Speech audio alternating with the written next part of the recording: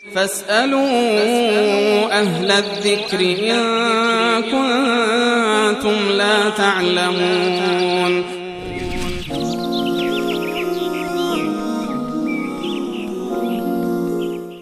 سوال بعدی ایشون آقای اسماعیل از تهران این بود که خواندن نماز برای زن در اماکن عمومی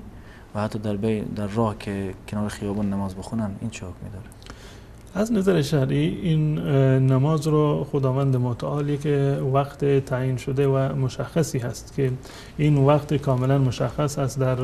آیات قرآن کریم و در روایاتی که از رسول الله و از ائمه در این زمینه نقل شده. این در واقع این وقت نماز، هر وقت نمازی کاملا جداگانه آغاز وقت نماز، پایان وقت نماز کاملا مشخص شده و ما مکلف هستیم، بر ما فرض هست که نماز رو در همون وقتی که تعیین شده بخونیم، چه مرد باشه چه زن باشه، چه در اماکن عمومی باشد چه در اماکن غیر عمومی باشد. منتها زن باید سعی بکنه در جایی که در معرض دید نباشد، در جایی که خلوت‌تر هست این نماز را بخونن و بالفرض اگر به صورت کلی امکان هم نداشته باشه که زن به اصطلاح از این اماکن عمومی خارج بشود و وقت نماز فرا رسیده باشد، باید نمازش رو سر وقت بخواند ولو اینکه در یک اماکن عمومی باشه، یک جای خلوت‌تر یک گوشه رو پیدا بکنن و نماز خودشون رو با سر وقت بخونن.